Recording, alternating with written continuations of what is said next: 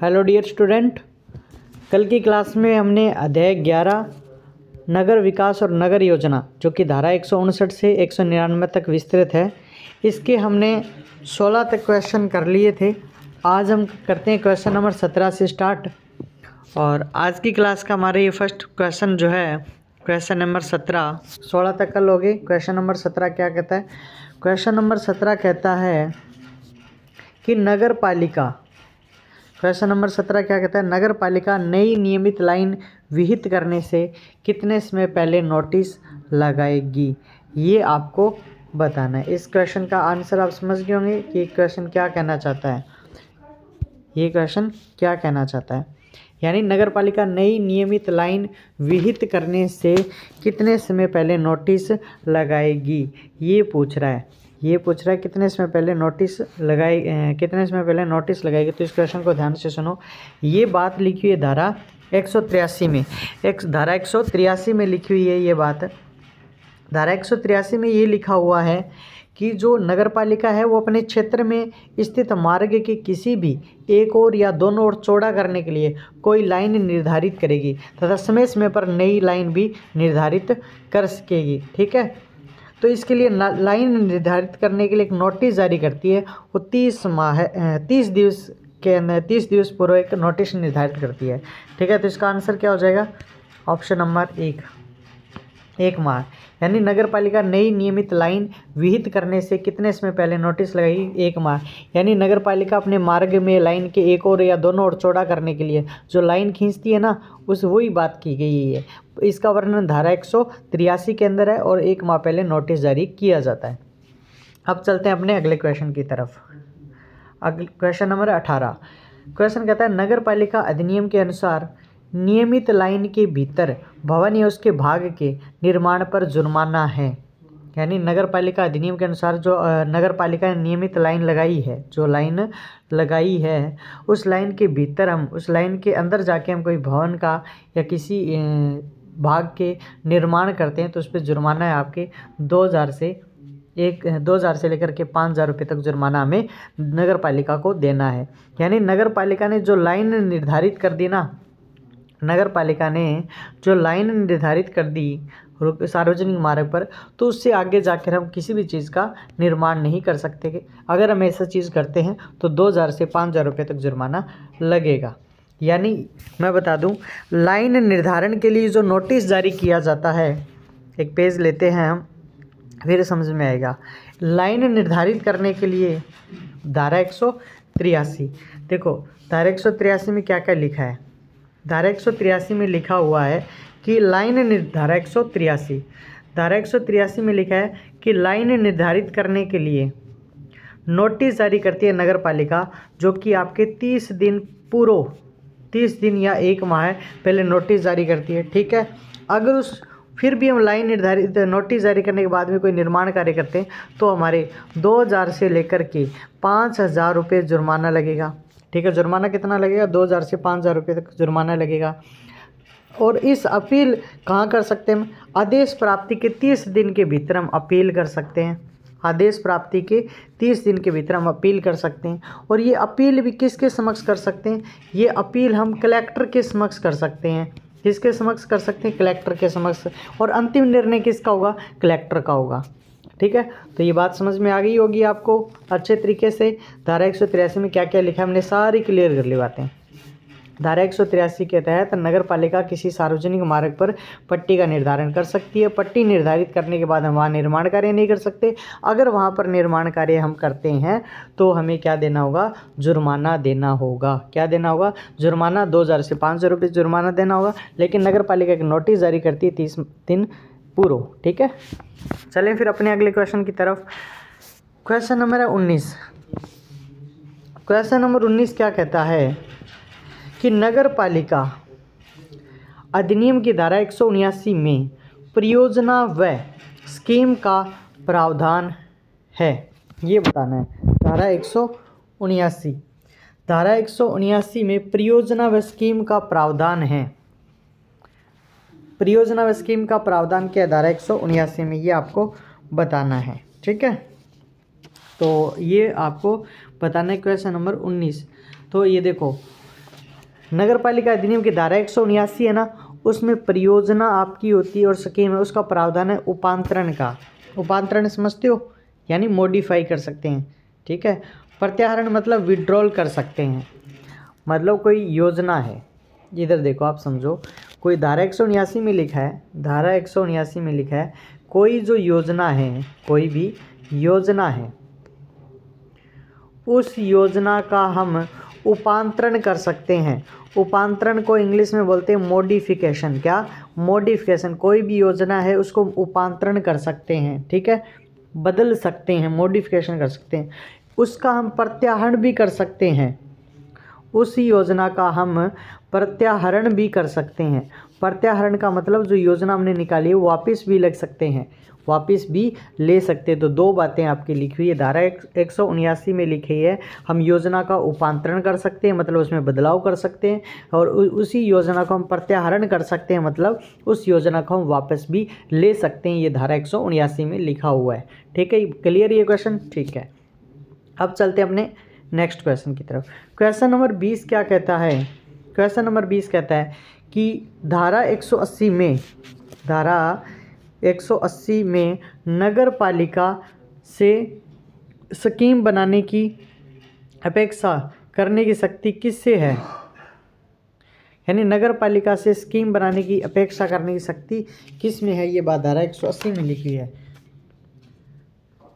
नगर पालिका से स्कीम बनाने की शक्ति किस में होती है, आप बताओ। नगर पालिका से स्कीम बनाने की शक्ति जो होती है ना आपके राज्य सरकार को, नगर पालिका अध्यक्ष को, मुख्य नगर पालिका अधिकारी को, तो किससे होती है भाई? राज्य सरकार को, ठीक है ना। नगर पालिका स्वयं अथवा राज्य सरकार द्वारा अपेक्षा करने पर मुख्य नगर पालिका अधिकारी नगर के किसी भी, ठीक है ना, इसके तहत है, तो ये याद रखना, राज्य सरकार अपेक्षा करने की शक्ति, नगर पालिका से कोई स्कीम बनाने की अपेक्षा करने की शक्ति जो है वो किसके पास है? वो आपके राज्य सरकार के पास है। वो किसके पास है? राज्य सरकार के पास है। राज्य सरकार के पास ये अपेक्षा करने की शक्ति होती है। इसका राइट आंसर हो जाएगा ऑप्शन नंबर 1 राज्य सरकार। ये 19वां था, इसका ऑप्शन नंबर 3 हो जाएगा, इसका ऑप्शन नंबर 2। ये मैंने बता दिया। चलते अपने अगले पेज की तरफ। अगला पेज क्या? अगले पेज पर क्वेश्चन है कि राज्य सरकार द्वारा भूमि के उपयोग परिवर्तन अनुज्ञात करने की शक्ति है, ठीक है।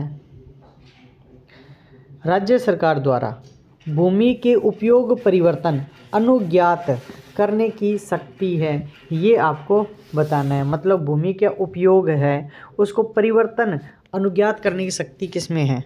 राज्य सरकार द्वारा भूमि के उपयोग परिवर्तन अनुज्ञात करने की शक्ति है, तभी करेंगे ना। कोई भूमि है उसका उपयोग अनुज्ञात करने की शक्ति, किसी चीज़ का हम पता तभी लगाते हैं जब कोई हमारे काम आए, यानी ऐसा करना लोकहित में हो।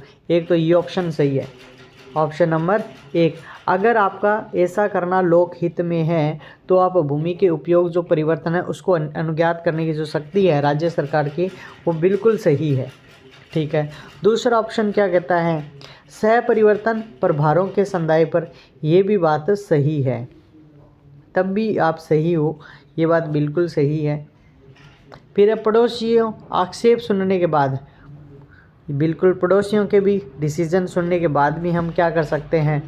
अनुज्ञा ज्ञात कर सकते हैं ना, तो ये भी बात भी सही है, यानी ऑप्शन नंबर 3 भी सही है। तो इसका राइट आंसर हो जाएगा ऑप्शन नंबर 4, ठीक है। क्लास कैसी लगी ये आपको कमेंट करके ज़रूर बताना है, ठीक है ना। और कंटिन्यू क्लास लगाते जाओ, और सैटरडे और संडे आपकी क्लास जो होगी वो पॉलिटी और योजनाओं की होने वाली है, ठीक है। ये आपको मैं पहले ही बता देता हूँ। नेक्स्ट क्वेश्चन है अपना कि धारा 178 के अधीन परियोजना और स्कीम प्रकाशन की तारीख के कितने समय के भीतर क्रियान्वित न होने से व्यपगत हो जाएगी? यानी आपका क्वेश्चन नंबर 22 है, क्वेश्चन नंबर है 22। ये बताना आपको, धारा 178 के अधीन परियोजना और स्कीम प्रकाशन की तारीख से कितने समय के भीतर क्रियान्वित न होने से व्यपगत हो जाएगी, ठीक है। तो ये आपको बताना है। व्यपगत का मतलब मतलब लैप्स होना।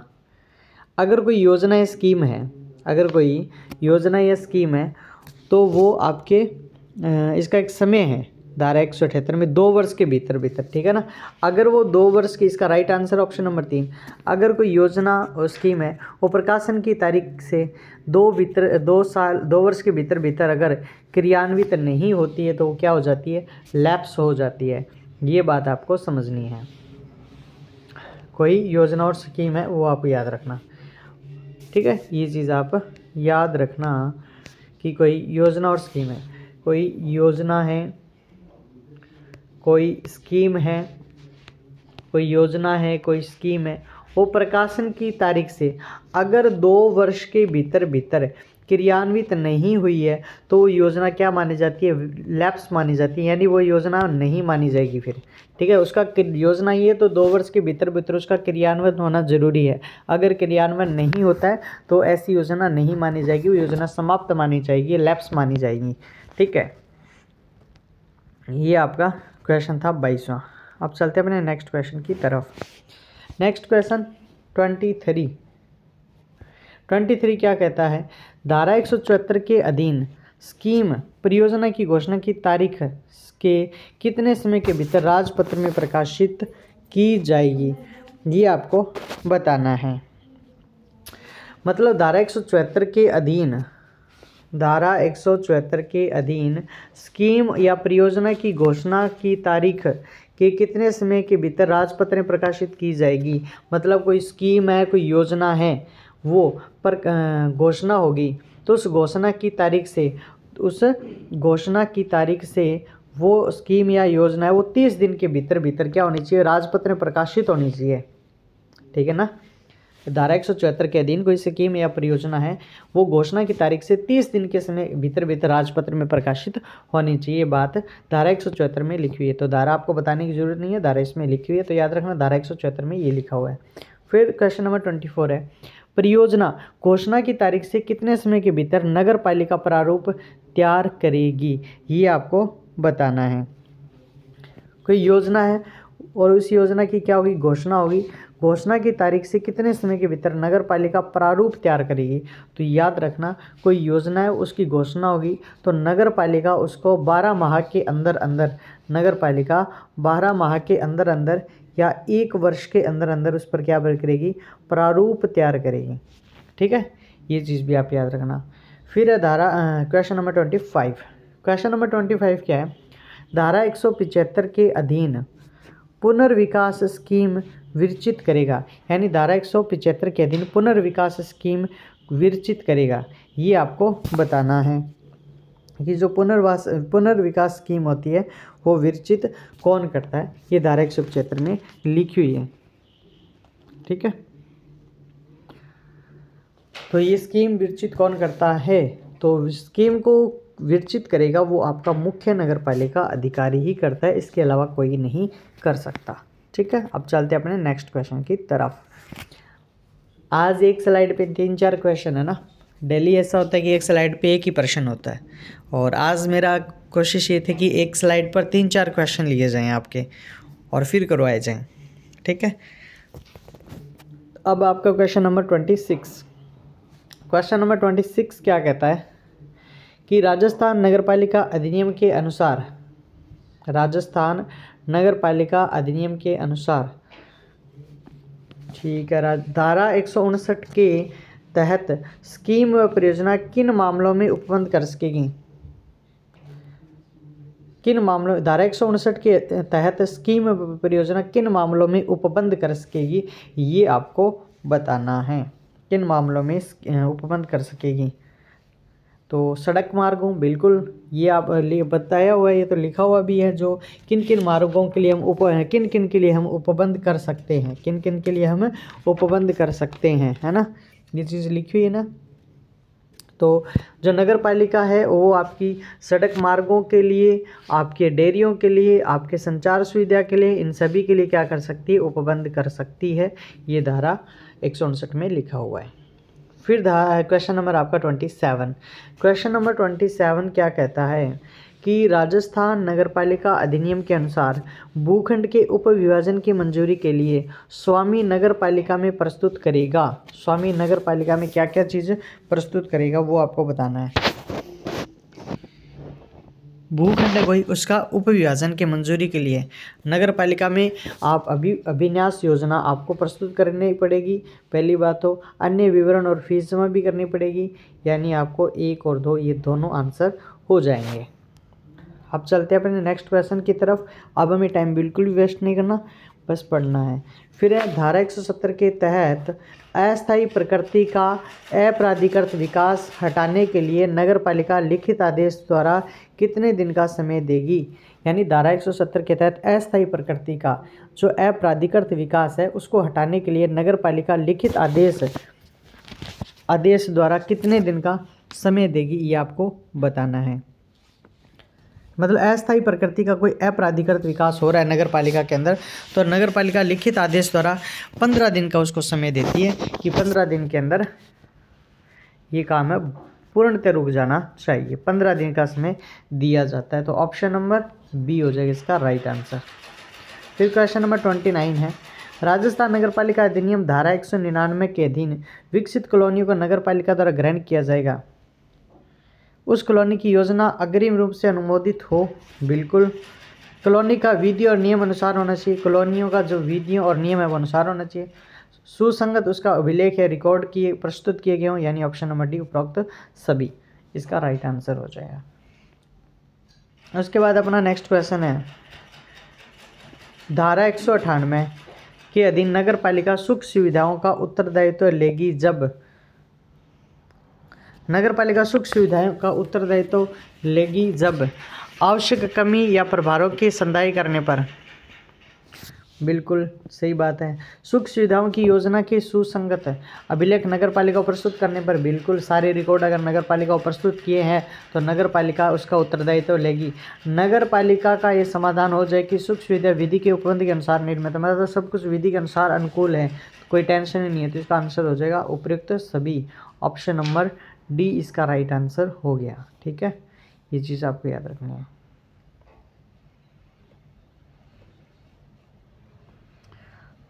तो फिर आगे चलते हैं नए क्वेश्चन की तरफ। क्वेश्चन नंबर 31 है, अनुज्ञा प्राप्त करने के लिए मिथ्या दस्तावेजों को प्रस्तुत करना और ऐसे कपट में शामिल व्यक्तियों या अधिकारियों पर कार्रवाई करेगा।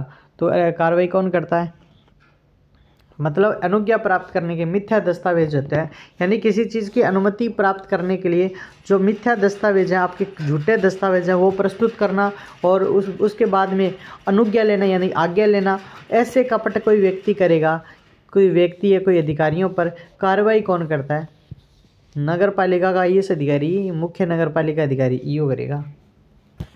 ठीक है, अब चलते हैं अपने अगले प्रश्न की तरफ। अगला प्रश्न है 32 क्या कहता है, कोई प्राधिकारी आवेदन के विनिश्चय के लिए नियमित कालावधि की जानबूझकर अपेक्षा करता है तो दोष सिद्धि पर, यानी कोई अधिकारी है आवेदन के विनिश्चय के लिए कालावधि की जानबूझकर अपेक्षा करता है, मतलब ये इसकी समय सीमा सही नहीं है, तो दोषी पर कितने रुपए का जुर्माना लगता है ये आपको बताना है। तो जुर्माना जो लगता है वो 1 माह कारावास होता है उसमें, और आपके 5,000 रुपये से 10,000 रुपये जुर्माना होता है, यानी ऑप्शन नंबर सी 1 और 2 दोनों सही हैं।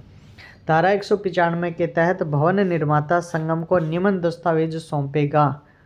संगम को क्या क्या दस्तावेज सौंपेगा, भवन निर्माण योजना की जो प्रति है फोटोकॉपी वो देगा, भवन में जो आपका स्थापित जल है प्रदाय यानी पानी वाला सिस्टम कहाँ बनेगा उसका डिज़ाइन, भवन में वारंटी दस्तावेज के महा वो गारंटी देता हूँ, वारंटी देता हूँ, यानी ऑप्शन नंबर डी ये 32। और धारा आपसे पूछे तो 195 में ऐसी चीज़ें लिखी हुई हैं। फिर हम चलते हैं अपनी अगले क्वेश्चन की तरफ। 34 में क्या लिखा है कि 34 में लिखा है कि राजस्थान नगर पालिका अधिनियम 15 मीटर ऊंचे भवन का उपयोग बिना अधिभोग प्रमाण पत्र के करने पर जुर्माना, यानी राजस्थान नगर पालिका अधिनियम के अनुसार 15 मीटर ऊंचे जो भवन है उसका उपयोग बिना अधिभोग प्रमाण पत्र के करने पर जुर्माना कितना लगेगा ये आपको बताना है। देखो 15 मीटर ऊंचे भवन का उपयोग और बिना दिए वो प्रमाण पत्र करते हैं तो जुर्माना कितना लगेगा। देखो 15 मीटर बोलोगे ओके, तो बोले जुर्माना कर दो, यानी 30,000 से लेकर के 50,000 रुपये तक जुर्माना लगेगा। ठीक है, तो ऑप्शन नंबर डी इसका राइट आंसर हो जाएगा। फिर आपका क्वेश्चन है, राजस्थान नगर पालिका अधिनियम के अनुसार मंजूर योजना का उल्लंघन करते हुए निर्माण करने में दोष सिद्धि पर दंडित किया जाएगा। मंजूरी योजना का उल्लंघन करते हैं तो निर्माण करने पर दोष सिद्धि पर कितना दंड लगता है, तो 10,000 से लेकर के आपके 20,000 रुपये तक जुर्माना लगेगा। कितना जुर्माना? 10,000 से लेकर के 20,000 रुपये तक जुर्माना लगेगा। तो ये अपनी आज की क्लास का अंतिम प्रश्न था। ठीक है, और आज की क्लास में लगभग ज़्यादा जितने प्रश्न करते हैं हम डेली, उससे ज़्यादा क्वेश्चन किए। कल फिर मिलते हैं एक नई क्लास में, तब तक के लिए इस क्लास को आप अच्छे से देखना और जो भी चीज़ एक्स्ट्रा बताइए उसको नोट कर लेना और क्लास को ज़्यादा से ज़्यादा अपने फ्रेंड सर्कल के साथ शेयर करना है। तब तक के लिए टेक केयर, धन्यवाद।